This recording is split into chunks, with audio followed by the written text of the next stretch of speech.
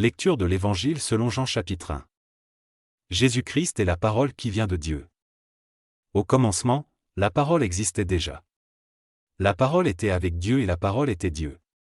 Au commencement, la parole était avec Dieu. Par elle, Dieu a fait toutes choses et il n'a rien fait sans elle. En elle, il y a la vie, et la vie est la lumière des êtres humains. La lumière brille dans la nuit, mais la nuit ne l'a pas reçue. Dieu a envoyé un homme qui s'appelait Jean. Il est venu comme témoin pour être le témoin de la lumière, afin que tous croient par lui. Il n'était pas la lumière, mais il était le témoin de la lumière. La parole est la vraie lumière. En venant dans le monde, elle éclaire tous les êtres humains. La parole était dans le monde, et Dieu a fait le monde par elle, mais le monde ne l'a pas reconnue. La parole est venue dans son peuple, mais les gens de son peuple ne l'ont pas reçue. Pourtant certains l'ont reçue et ils croient en elle. À ceux-là, la parole a donné le pouvoir de devenir enfants de Dieu.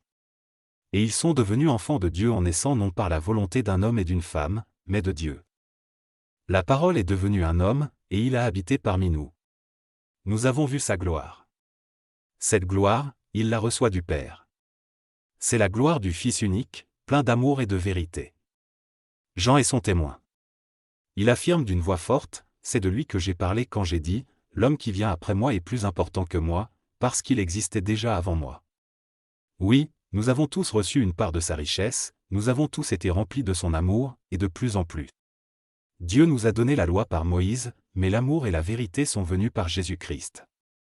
Personne n'a jamais vu Dieu.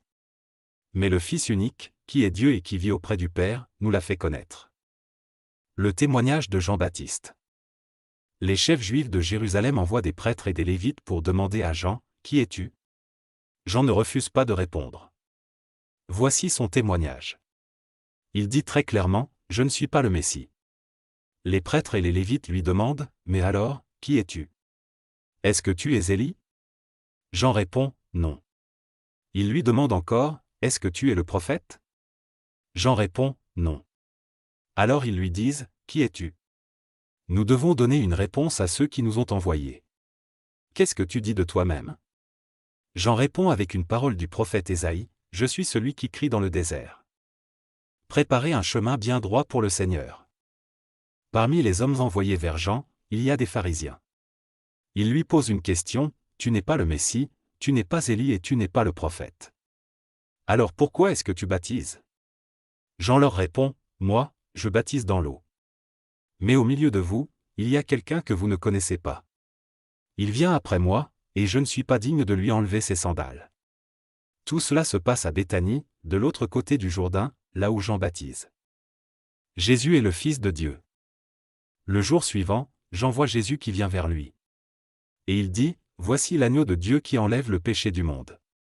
C'est de lui que j'ai parlé quand j'ai dit, l'homme qui vient après moi est plus important que moi, parce qu'il existait avant moi. Moi, je ne le connaissais pas. Mais je suis venu baptiser dans l'eau pour le faire connaître au peuple d'Israël. Et voici le témoignage de Jean, j'ai vu l'Esprit Saint descendre du ciel comme une colombe et il est resté sur Jésus. Moi, je ne le connaissais pas.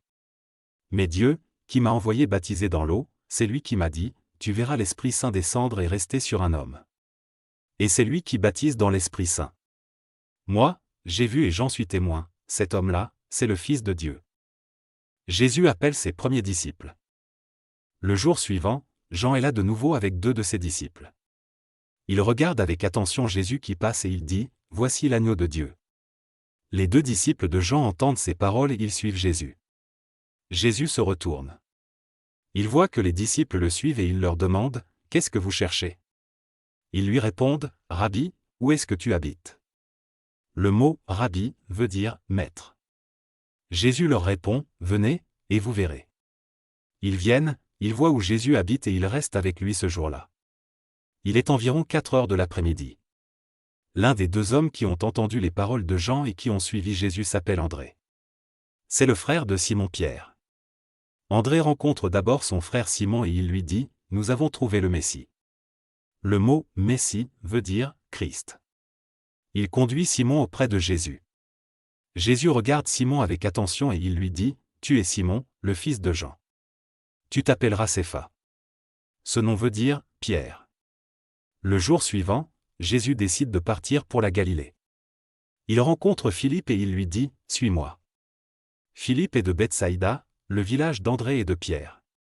Ensuite, Philippe rencontre Nathanaël et il lui dit, « Dans la loi, Moïse a parlé de quelqu'un. Les prophètes aussi en ont parlé. C'est Jésus, le fils de Joseph. Il est de la ville de Nazareth. » Nathanaël dit à Philippe, « De Nazareth, est-ce qu'il peut sortir quelque chose de bon ?» Philippe lui répond, « Viens, tu verras. » Jésus voit Nathanaël qui vient à lui et il dit à son sujet, « Voici un vrai Israélite. Cet homme-là ne sait pas mentir. » Nathanaël demande à Jésus, « Comment est-ce que tu peux me connaître ?» Jésus lui répond, « Avant que Philippe t'appelle, je t'ai vu. Tu étais sous le figuier. » Alors Nathanaël lui dit, « Maître, tu es le Fils de Dieu, tu es le roi d'Israël. » Jésus lui répond, « Je t'ai dit, je t'ai vu sous le figuier, et c'est pour cela que tu crois.